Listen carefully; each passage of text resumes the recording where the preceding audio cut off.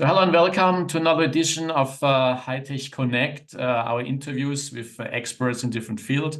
Today I'm very excited to have Thomas Dübendorfer here. He's founder and president of SICTIC, by far biggest angel investment group or club here in Switzerland.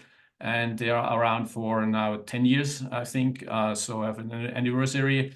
And Thomas is one of the best guys to talk about the startup scene in Switzerland, which we're going to do today. Hi, Thomas. How are you doing today? Good, thanks. Hi, Ralph. Thanks for having me. Yeah, thanks again for coming. Maybe you introduce yourself as we always do it, so that I don't forget anything that's important to you, as your professional background. When I came to Switzerland 20 years ago by now, you had shortly after that, you had a startup and had a successful exit. And then you went to Google. That's what I know. And then, of course, SICTIC after that, yeah. Thanks. So by education, I'm a computer scientist. I have a PhD from ETH Zurich in computer science with a specialization on cybersecurity and cryptography. And after having been a techie for a while, helping to build up Google Zurich from 40 people to 1,400 in just 7 years, I became a startup founder first and then an angel investor. And currently, I'm mostly a full-time angel investor, and I'm also leading SICTIC, the angel investor club in Switzerland, with more than 400 investors. Right, great. So, yeah, thanks for those more details. Quite impressive. So also SICTIC. Let's talk about SICTIC. So you're now 10 years in existence, and you have 400, you said, angel investors, and have created lots of jobs, and of course helped lots of startups. If you compare this 10 years ago, what are your major observations? How has the scene changed now, and in particular for the early stage startups here in Switzerland? I think Switzerland has gone through a crazy transformation. If you look back at the venture capital scene in 2014, there was about 420 million venture capital coming into Swiss startups, out of which only 80 million went into ICT and fintech. In 2022, when the peak was at 4 billion venture capital coming into Switzerland, half of it, about 2 billion, went into ICT and fintech. So we have seen basically from ICT being an unknown vertical because most money went to other verticals like biotech, medtech, pharma. Switzerland become basically a hub for ICT and fintech startups. And we at SICTIC were at the forefront of early stage investments. So we organized investment rounds for the first 1 to 2 million of seed funding. And we had market share of up to 70% of all rounds in Switzerland. Yeah, quite impressive. So what are the biggest success stories you can talk about? And what type of valuations have been created? How many unicorns? Give us a couple of numbers to impress. Yes, I mean, people always ask for the outliers, of course. You know, unicorns are super rare. We made a landscape analysis of Swiss unicorns. This was a year ago. And we found more than 50 unicorns which were born in Switzerland in the last 20 years.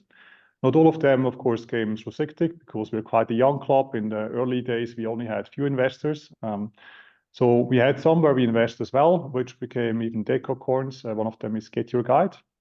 And there were other startups which got the seed funding from Switzerland, which also became a decacorn. That is N26.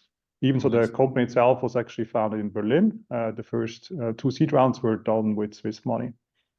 And at SICTIC, with many startups which are still in the growth case, many scale-ups, for example, Beekeeper or Frontify and others, all of which have now potential for IPOs.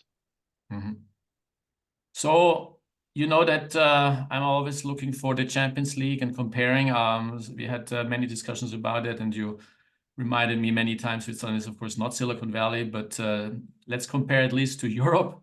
Where do you see Switzerland at the moment standing in comparison to other nations at the forefront, or in the middle section, or even leading? I mean, when you compare different hubs, the question is always, what do you want to compare, right? In terms of diversity of different sectors where we have startups in and where we have great innovations, I think we're definitely leading. We have a huge diversity of different type of innovations in Switzerland happening. It's not just we're in one specific vertical extremely doing well. We have, for example, innovations in robotics. We have innovations with artificial intelligence. We have a lot of innovation around crypto, blockchain startups. But basically, you'll find in all verticals where we do research at the universities, you also see startups. And especially our big universities like EPFL in Lausanne, or ETH Zurich, or University of Zurich, or HSG, the University of St. Gallen, they all have produced very high quality startups, mostly in the B2B sector. Yeah. Yeah, I was last year at the European Business Angel Network event in Thessaloniki. A friend of mine who's participating there regularly invited me. SICTIC is also a member of the EBAN, the European Business Angel Network. Right, and yeah, and we talked about, of course, me coming from Switzerland, how the scene is here. I must admit, I don't know it, of course, as well as you do. Not even close, but they were all quite impressed. All the European guys, they look with quite some big eyes what's going on here. So obviously doing a good job. Is there still something that could be improved, and where you would hope more things and better things would happen, or are we overall doing extremely well and can hardly do better? I think Switzerland is doing well in the B2B sector, but sometimes you don't hear about the successes because these success stories are such that they sell quite early to bigger corporates. And then the actual innovation or the product gets known through the acquirer and not through the startup. That's also why a lot of people think we don't have a large tech scene here in startups, because we don't typically do B2C. And we have not created like crazy brand names that everybody will talk about. So it's a different path to success, I would say, we do here. So we do the groundwork. On the level of universities, we show that it's feasible, it's better than what the status quo is. But then when we scale up, often they get sold before they have reached a valuation of more than 100 million, or before they have built up a strong brand. So if you look from the outside, often you don't really notice what we have here, because how would you know about it when we don't really make it public, right? There's not a single point where you can jump into the Switzerland ecosystem to learn about everything happening here. Often it's a little bit hidden, right? Other startup nations or startup hubs, they do much more publicity. They're much more outgoing. Also financially, you can read much more about what's happening there, how big these exits are. In Switzerland, most of the exits are not disclosed. People that were part of it, they know it, but almost always it's under NDA. And that's not extremely helpful to make it visible, how interesting it is to be an investor here. Oh, okay. Is there a reason for that? That things are more sounds like hush hush, and only insiders know it, or is this just the nature of where the investment's happening, that they are happening then when there's an exit, they also are then behind. One of the reasons is that there are not so many large VCs active here, which typically talk about it. There's smaller VCs here, or the corporate VCs, or the exits go to companies which don't talk about it, because for them, they don't want to tell how much they paid for it. On the other side, Switzerland has the culture of banking secrecy, so you don't talk about the money. You just make sure that the money does the right job, and you don't lose it, right? That's a little bit also in our nature, that we're not very outgoing talking about financial success. We rather talk about innovations, of course. Yeah. And not about like single heroes or like pioneers. That's not our culture here. So that's why often you don't really know who's doing groundbreaking work, and it's a little bit hidden. I see. Yeah, makes sense. But still, you mentioned now 2 or 3 times corporate. I recall your last fintech-focused startup event. There was an introduction presentation, and the person who seemed to know the fintech scene in Switzerland quite well was complaining that the banks, insurances, they don't really invest in startups, at least not what they could invest. I mean, you have very big, large, and many banks here, and also the same for insurances, but this doesn't happen. So fintech seems to get their money from angels and VCs, but not so much from corporates. First of all, is that true? What was told there? And if so, what's the reason that these folks don't invest more in upcoming technology companies? Yes, so many of the big financial institutions, they want to do innovation themselves, so they have their own innovation teams, or they have their own IT people inside of the company, so they try to do it themselves. Now, many of these are not large enough to really do innovation, right? So what they do instead is they buy a product or a license for a product, and then they basically market it as it is their innovation. For example, Conto Vista is a good case here. Was a Swiss startup, and I was part of that as well. And then we sold it as a license to the banks to make their e-banking experience better for personal finance management. But the communication was all about, oh, now SICTIC has launched a financial assistant functionality in their e-banking. And it wasn't even mentioned who was actually making this real behind the scenes. So often, yeah, they buy innovation. They don't do it themselves, unless it's the really big ones, which can afford to do innovation in-house. And what they don't do a lot is, of course, direct investment in the startups. They rather want to use it once it's ready for being used. Maybe also because of the risk factors that are involved, or because they don't feel that they should do investing because it's not their business purpose, right? Mm. In insurance, it's a little bit different. There's quite some collaborations going on with different insurers that work with a new form of insurance companies. It seems they're a little bit more open than maybe the banking sector. And separate from that, thanks to our crypto framework, there have been many new financial services touching crypto tokens, which have been very successful. There were even new banks approved as a crypto bank by the financial regulators, by FINMA. So there, I think we've done a really good job to provide the right environment. So they could even do it without being part of a bank consortium or getting direct access to money from the big banks. Okay.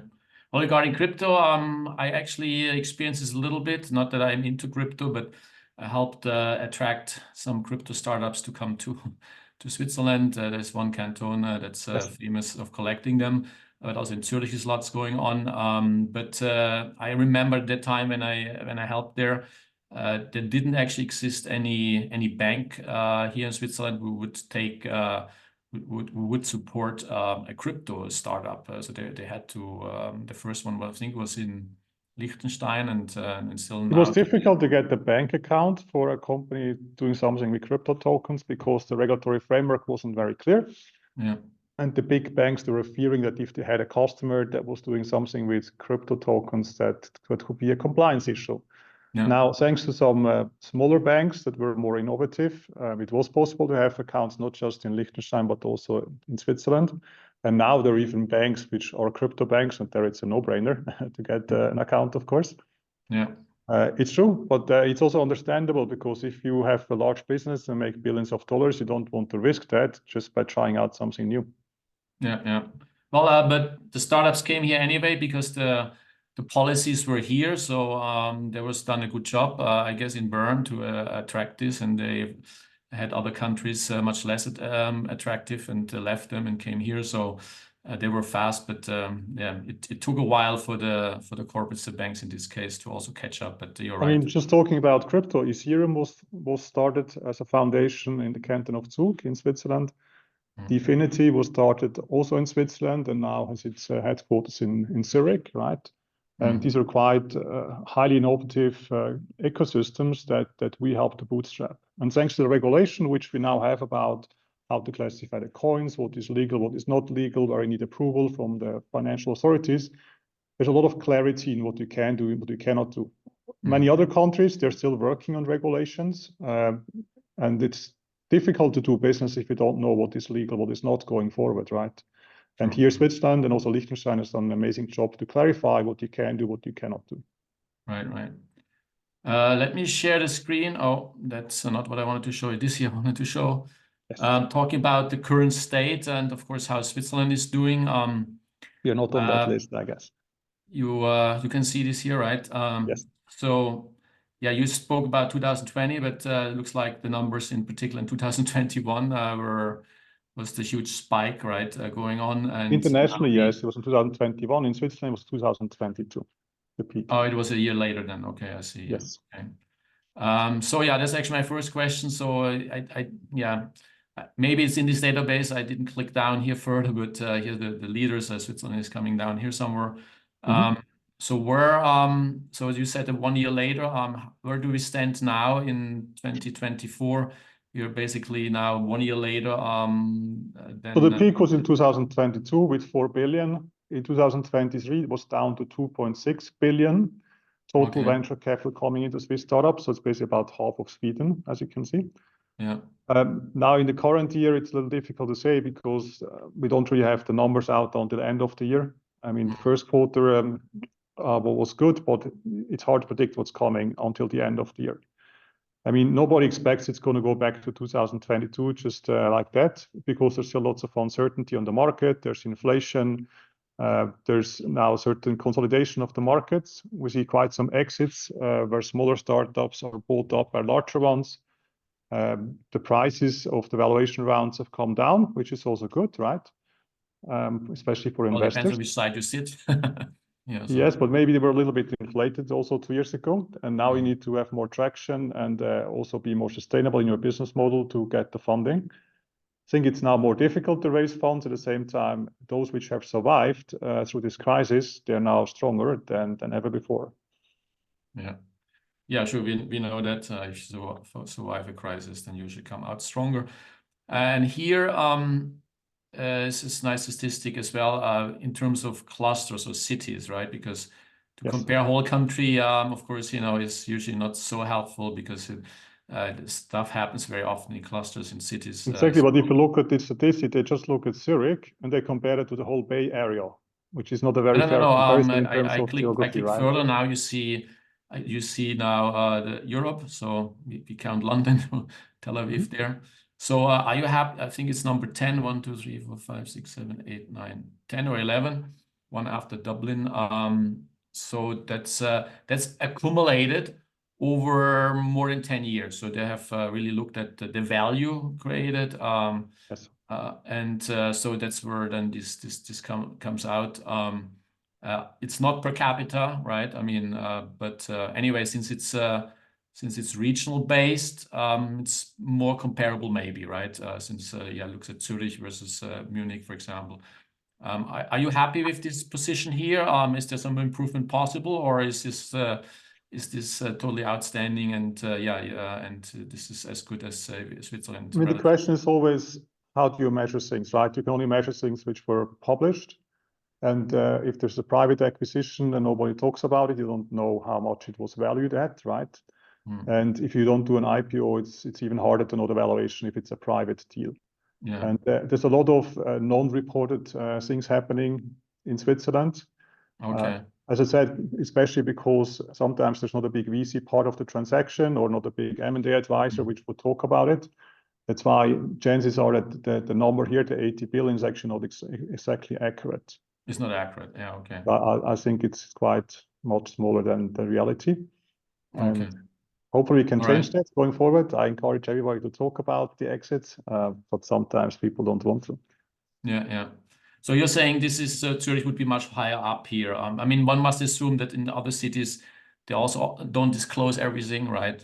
I guess London is more like US. And sometimes the attribution is also wrong because some of the startups that started in Switzerland, they had to do a Delaware flip because they got money from VCs from US, and then they become a US company and they get attributed to US instead of to Switzerland.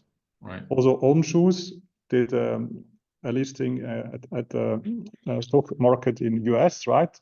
Now the question is who accounts for them? Is it us or is it the US, right? Yeah, yeah. Yeah, sure. A couple of times in the past that they basically took it over to other markets to it. Yeah. So you would think Zurich would be much higher up here, so it would be in the top 5. I think it should be higher up. Okay. Definitely higher up. Yeah. Then let's leave it there. Okay. Cool. So what are opportunities right now that you see in Switzerland, where there are lots of startups and people around looking for funding? Are there certain sectors that are more prominent than others, or it's all over the place, as you said, very diverse still, or is there now also everything AI focused? And I guess everyone must do AI right now as well, or mention it, or is it? Everybody talks about not AI, like that right? Here. But I mean, right now, when people talk about AI, they just think everything is possible, which is not true. And just doing AI by using models which anybody has access to is not rocket science anymore, right? But if I look what we have here in Switzerland, for example, with the ETH AI Center, where you have more than 100 different professorships that work on the future of AI, I'm very convinced that what is out there now, especially with these large language models, there's a generic layer to it, where basically you do common sense applications, or everybody can use that for generic things. But if you want to use it for specific verticals, for specific applications, I think this is a thing where Switzerland has really good a pole position to work on, also for explainable AI, such that the AI model has a clear definition what was done, why it was done this way. It can prevent hallucinations. It can give you references actually to counter check what the outcome is. So on that level of explainable AI, I think we really are at the forefront with what we have here. And you know, also Google has a large AI team here now. Also other industry players. Apple has started an AI center here. I think we have among the best people in AI in the world. So that's a very strong vertical, I would say. But besides that, I think there's also more and more startups looking at sustainability issues, make sure we become a greener planet. We can reduce CO2 and other greenhouse gases. And there's quite some interesting startups now working on that to do this at scale. For example, look at all the real estate and prioritize which of it needs to be changed and transformed first to have the biggest impact on carbon reduction or even carbon capture. Maybe no Kleinberg's, also unicorn out of Switzerland. They do carbon capturing in Iceland. This is the technology of the future. I need to capture it wherever it is produced, of course. And we work on these technologies here, which I think is very encouraging. So on sustainability and on AI, I think we have really good positions here. Right, yeah. So if I understand you right, because we spoke, of course, privately also a couple of times or exchanged stuff online, you actually think it's good if money is not given very quickly and super easily to startups. There should be some filter, some selection process, and that's actually good for the overall ecosystem. As we all know, in the US and probably China as well, which I really don't know at all. Literally everything is funded once you have an idea and some PowerPoint slides that look cool. So here it's more selective, and you have to actually work harder and to get money. And also from my own experience, just now over the last couple of months, while looking for one of my funded startups for funding, you must be much further in on your roadmap. The bar has definitely raised. Literally, like you need to nearly be Series A to get the seed funding. In the US, it would be clearly much in that sense much faster to get more money than here. Is that a right observation? And that's number one. And the two, is this actually good if it's a correct observation? I mean, whether it's good or bad that less money is now in the market, it's not just an issue that we see here in Switzerland. We see it everywhere, also in US, also in Berlin. What we have also seen is that some startups which once were unicorns suddenly imploded because they were not on a very sustainable growth path. I think these exaggerations now we will see less of them because people don't believe that growth is the most important thing. What is more important is sustainable growth and having an advantage because it's really better than what is the status quo. I think the criteria will change and the weighting of the criteria will change. That's also why now you need to show more traction before you get the next bigger funding round. So overall, if you have less resources, you need to be more, basically understanding how to spend it such that you can create value, because you don't know whether you get the next bigger funding as well. So you always need to have a plan B. So you can also go back to sustainable growth and not just to hyper growth. It's definitely a different game now, I would say. But if you are robust enough and innovative enough, you will find a way to get there. Maybe it will take a little bit longer than in the past to grow, but at the same time, maybe the growth will be more sustainable. Yeah. So I think overall, it's a good development because you need to be thinking ahead way more and need to be prepared better. And you can't just assume you get even more funding. On the other side, you will slow down certain things, of course, and some high-risk projects will not start anymore because you don't get the funding to begin with. Yeah. Well, here I actually have some remark and maybe a different understanding of of the global high-tech scene as the average maybe in Switzerland. I mean, it's a 1 out of 10 game. Usually here in Switzerland, it's a much higher. More companies. Survival rates are much better here than succeed from 10. It's many more. I'm sure you have the numbers, but from what I'm always hearing, many more succeed. But then, of course, we don't have, as you also said now, the super high risk, which of course is super high risk because it's a huge opportunity. Therefore, it's a lot of competitors, of course, and to make it there takes more money, therefore more risk. As well as it's more difficult, right? I mean, it's much faster, and so yes. And we don't really participate in that type of investment. That's clearly my observation here, and of course then if I look then 10 years forward, which is hard to do, of course the danger there is that in 10 years we will also not have a Google, right? I mean, we have certainly a couple more unicorns, which is great and nice to have, but not a really big one that creates so many jobs and pays then of course also so many taxes that it can replace one of the big taxpayers that we have right now. Because it's hard to say what's coming, right? Yeah. I mean, why did Google start in US and not somewhere else? Basically because they had a good starting point and because they have a very large home market, right? I think the biggest disadvantage of Europe is that it's fragmented as a market. It has different laws, both for doing business and also for hiring people.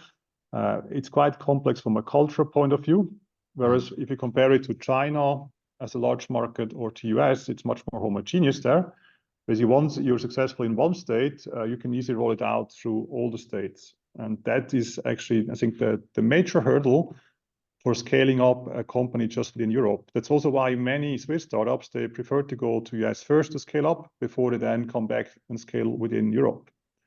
And that's the thing that politicians could do on the level of Europe to make it easier to scale up across countries. But right now it seems the opposite. They try to make it more national, state-based. They want to be more protective. It's not getting much easier now. And it should, I think, if they want to compete with other big markets, at least scaling up for tech startups should be made as easy as possible. Also, hiring people anywhere in Europe should be super easy. But right now, it's tricky to do that. Yeah. Well, the overall number of internet users in Europe is more than double of North America. So Yes. Most people don't know that. I looked at that because I'm into also digital marketing, and I looked up how many internet users there are, and it was more than double. Right. So US is maybe number 4 or 5, and Europe is number 2 after Asia. And so there's actually a huge potential to have double as big an internet user market, but we don't make use of that at all, right? I guess that's true. But you can also look at Africa, where almost everybody has a cell phone, right? Yeah. And if you do digital business in Africa, it's a huge opportunity. Look at Nigeria. It will outgrow the number of users in Northern America very soon with the growth rate that they have. That's markets which are not so far from us, same time zone more or less. That's a huge opportunity. That's also why you have some investments which look at the African market as well. You have invested there, or yeah? Yes, I have invested in more than 160 startups which have Africa as a target market, and they created about 18,000 jobs in the last 5 years. So it's a huge growth opportunity, and it's very close to Europe, and things we should not neglect. Right. So we can cover Africa another time. Maybe last question. So what's on your wish list for the next 10 years? If you talk again in 10 years and you want Switzerland to be a clear leader in Europe, or catch up even with on a per capita basis, maybe with the US or something, or there's no such goal. Where do you want to be with the Swiss startup ecosystem in 10 years? And of course, SICTIC is, I repeat again, fantastic vehicle to drive this. I mean, you're by far the biggest angel investor, and without that, it wouldn't be as far as we are. That's clear. So. Sure. So basically, for Switzerland, I hope that there will be quite some large exits. So a lot of people get enabled to then actually also invest themselves. I mean, if you look at Facebook, it made about 1,000 people millionaires. If you had things like that here, and people like then to use this money to invest in other founders. That's great. I also hope you have many more serial entrepreneurs, people that do it more than once. That will mature a lot, how the startup scene looks like. And of course, I also hope that people that really made it, that they're going to stick around here and don't go somewhere else, so they can help others do the same. So yeah, my dream is large exits and then the founders that do it again once they've done it successfully. Right. So I think we were totally at accord with that and hope that it's going in that direction. Thanks, Thomas, for a great talk and all the best for continuous fundraising for the startup scene here in Switzerland. Thanks. Thanks. Have a good day. Bye, Ralph. You too. Bye, Thomas.